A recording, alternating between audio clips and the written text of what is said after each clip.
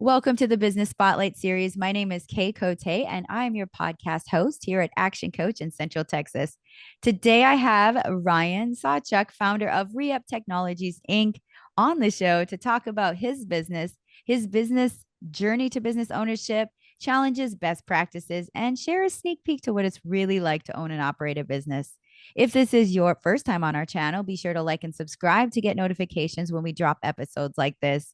Welcome to the show, Ryan. I'd love to hear a little bit about you and how you started your business. Great to be here, Kay, and really do appreciate you hosting this and what you're doing here.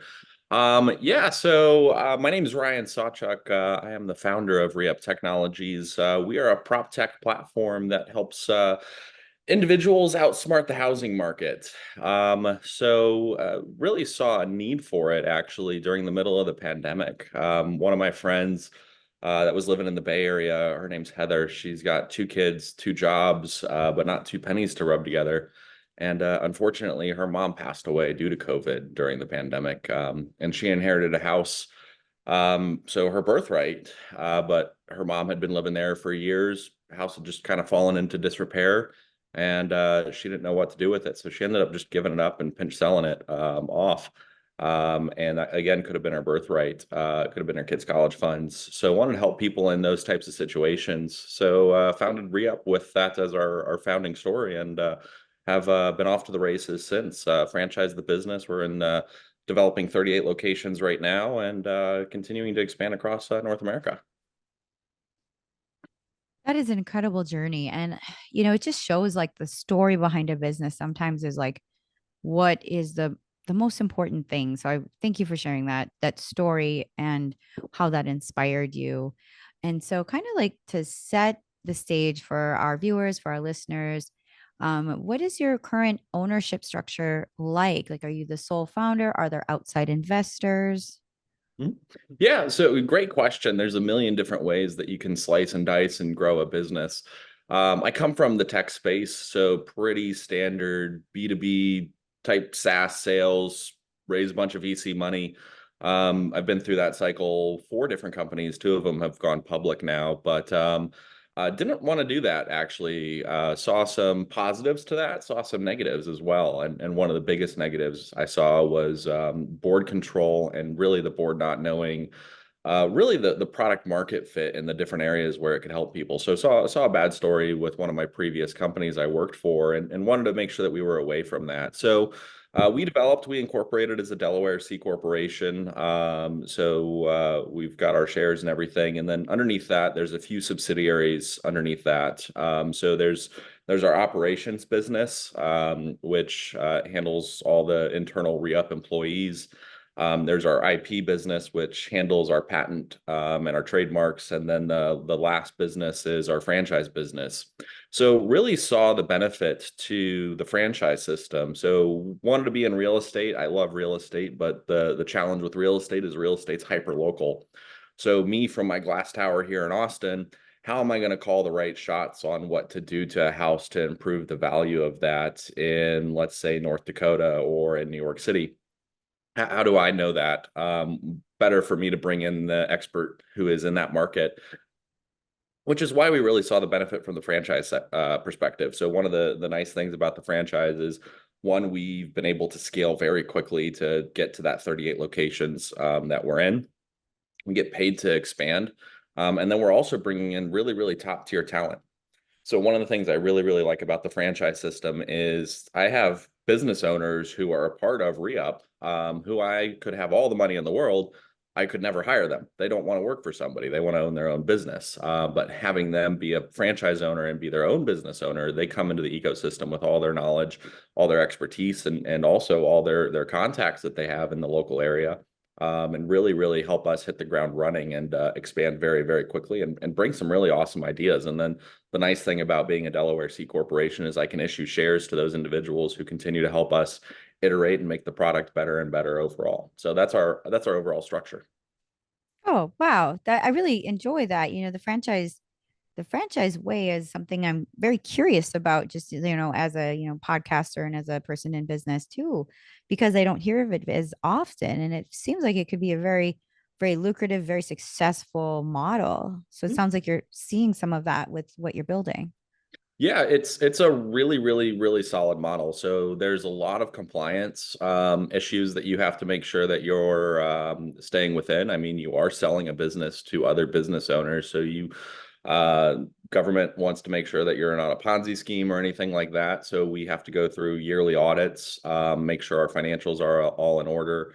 We need to have disclosure documents. Our franchise disclosure document is over 200 pages, and then there's our franchise agreements. All that's prepped by our attorneys. But staying in the compliance side of it, it's not as daunting if you have the expertise from the legal perspective and the accounting perspective. And then once you actually get it set up, it really is this really, really nice system. And the thing that I enjoy the most about it is the fact that we're able to bring on these other business owners and really create this collective. I'm a big believer in don't hire, Steve Jobs says this, don't hire smart people and tell them what to do, hire smart people and have them tell you what to do. The franchise system is even better because you get these business owners in there who can help you operate better and really help navigate the nuances for their local area. It's a really, really nice system when you get it right. Definitely. Well, thank you for sharing about that. Now I kind of want to dive into your role as, CEO. What does your day-to-day look like? How many business hours are you spending on the business versus in the business? Yeah, it's a great question. So it really flexes depending on where we're at in our growth cycle. Um, I've just come through a pretty aggressive growth cycle as we exited last year. So rolled my sleeves up, was working more and more in the trenches. But right now we're kind of a little bit in a get everything in order, make sure that everything is running smoothly, and then hit that next growth phase.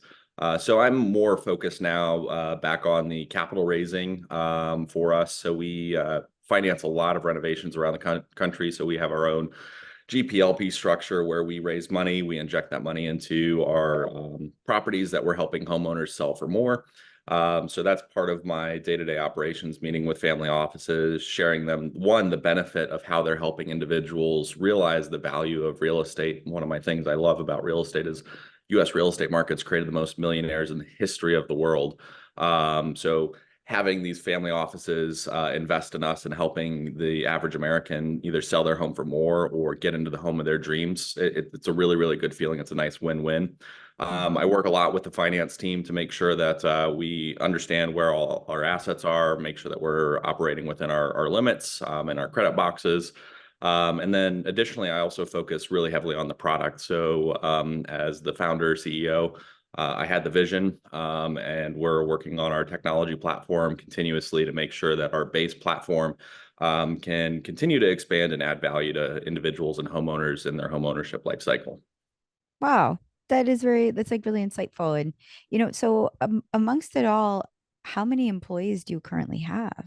Yeah, so we're just right under 60 right now. So expanded pretty quickly. We've been completely bootstrapped as we've grown through this. We've raised debt equity or debt capital that we use for our projects. One of the nice things about real estate too, coming from the tech industry, is you can have the best tech in the world. You can have $100 million of investment. If that product doesn't have a fit, that product's worth nothing. No debt lender's going to lend to you on the asset of your technology. With us operating in real estate, we have real world assets that we can Mhm. sit there, collateralize, raise capital off of. So it's been really interesting watching friends from the tech space who are going through the capitulation of the high interest rate environment, seeing the layoffs, seeing all the down rounds from my friends in the space, and then us in the real estate space marrying tech together, and we haven't had a issue raising our debt capital. And a lot of Mhm. people don't understand this, but debt is actually the cheaper form of capital versus equity. Equity, when you raise it, you still have to pay that person back. It's Mhm. just later on down the road. And they're later on in the debt line, or they're in the cap stack line. Whereas the debt investors, because they're a secured asset, they'll actually require less from a payback period, and you control more Mhm. of your company at the end of the day. Oh, that's also very insightful. That's incredible. So kind of like looking at your customer, if I were to walk in the door, how would I know I would be your ideal like customer or client? Yeah, so we are a B2B to C distribution model. So we work with brokerages, and the way that we work is we essentially partner with a broker. We digitize their entire portfolio of houses that they need to sell. So we digitize all of those. We need essentially two pieces of data. We need the 2D schematic floor plan and a cell phone walkthrough video. We can get all that stuff within about 10 minutes. Our underwriting team then sits there and goes through the analysis of that property. And what we do is we create a digital instance of your property and we look at all the different ways to extract value for home sellers. And sometimes there's not much that we can do. The house is in great condition. Hey, list it in the current condition, but list it with base as the platform. And we'll allow buyers to come through and they'll be able to visualize what a different wall color might look like. And we can install that through our services arm. But on our larger projects, what we look at is we look at, oh, this is a house that has had lots of deferred maintenance, lots of stuff needs to be fixed. Essentially, this house is going to go to a flipper or an investor type.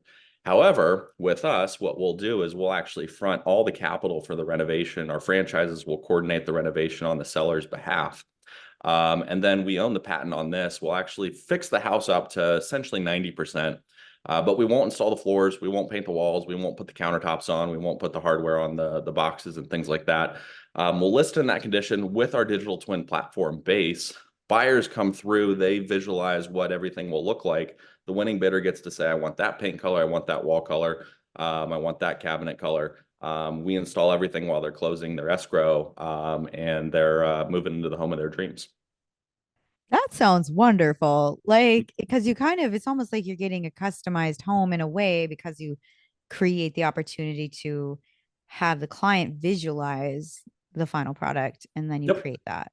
Yep, and that was Yeah. something that when I went through my own home remodel with my wife, I'm highly dyslexic, and I've got a very because I'm bad at reading and writing, my brain has developed kind of in this visual aspect, and I'm really able to see this visual stuff. And when I went through a whole home remodel with my wife, it was really frustrating. I was going through, she trusted me on everything, but she kept telling me I cannot see what you see at the end state.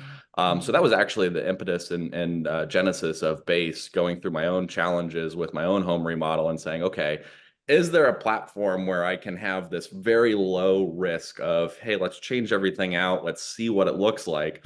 And it's not like I went off and bought $100,000 worth of materials and it's kind of like, well, you're stuck with what you're stuck with.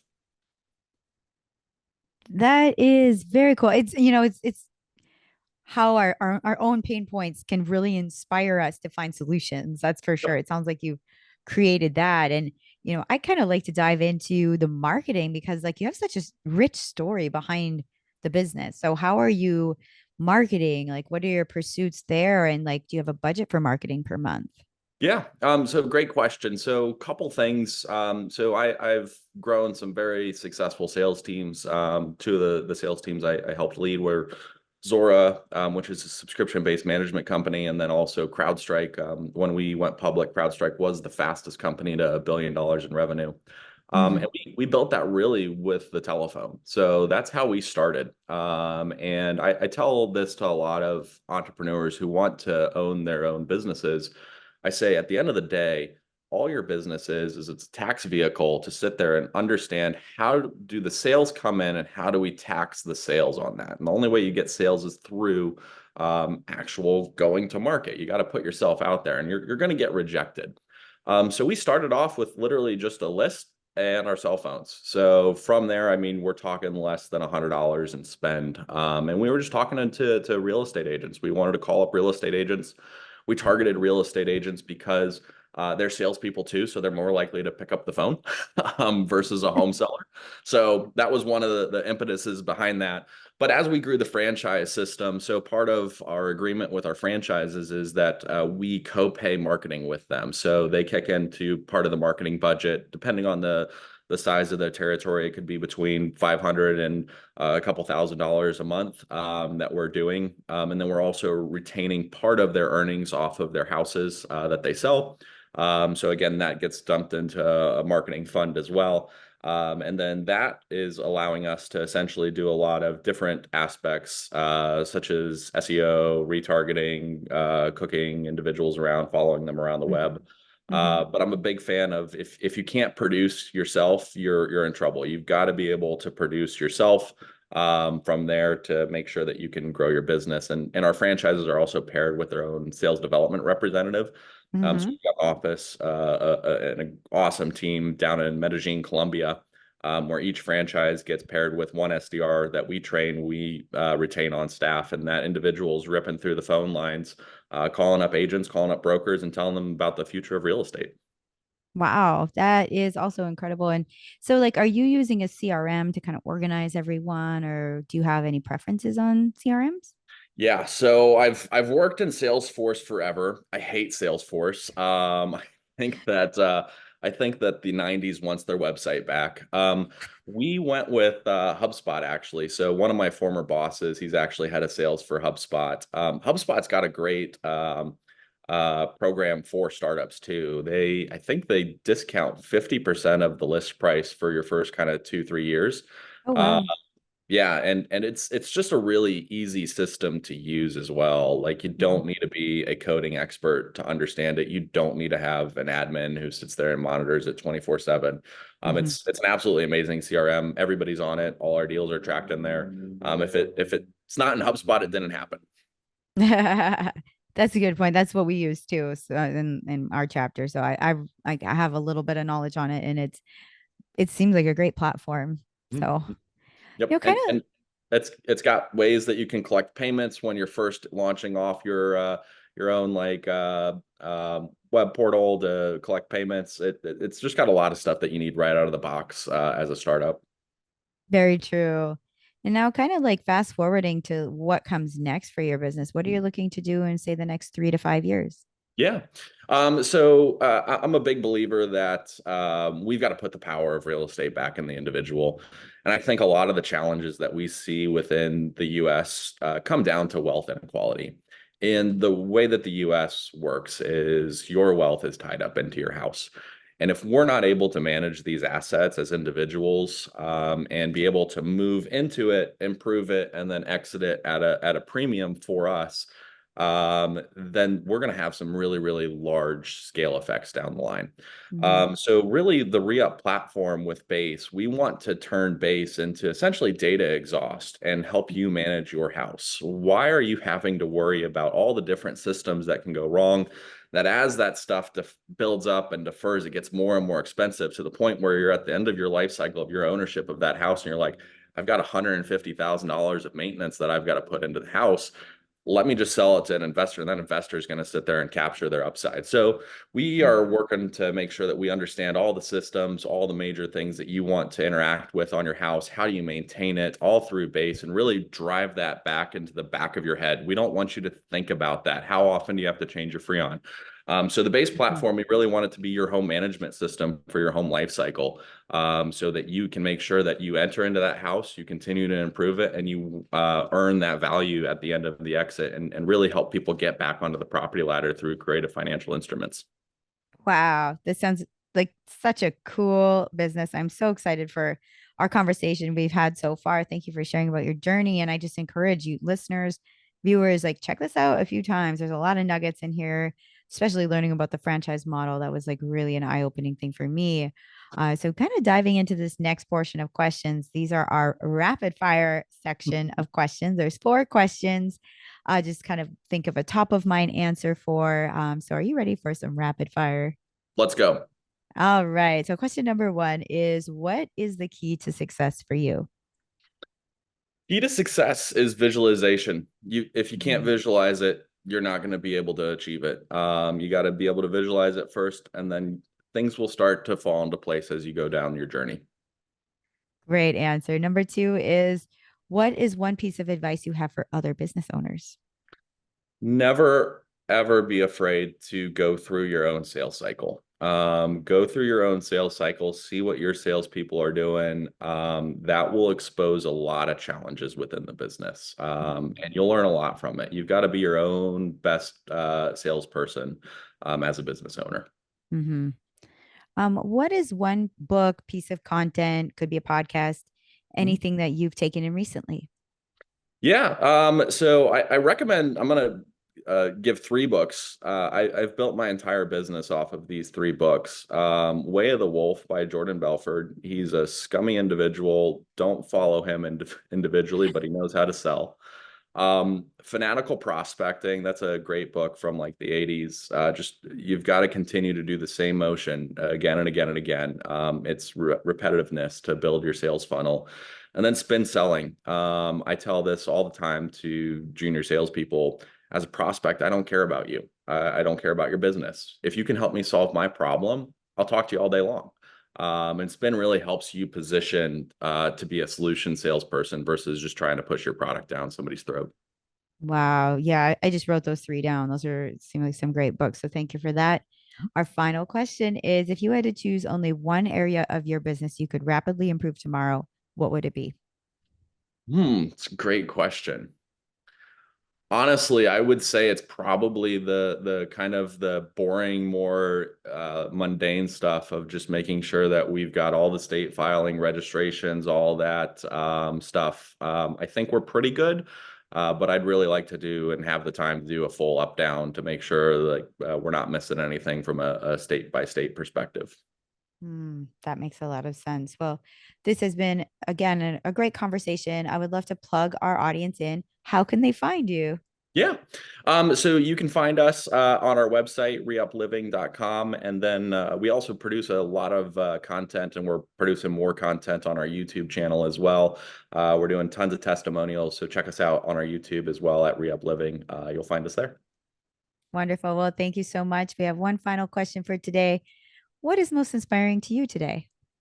Yeah, I think one of the most inspiring things for me today, actually, I got a beehive over the weekend. So I've been watching my bees and watching them work and just doing their bee things. And it's just cool seeing their own little house and just thinking about re-up in that perspective where we're working on houses and I'm watching my bees work on their house.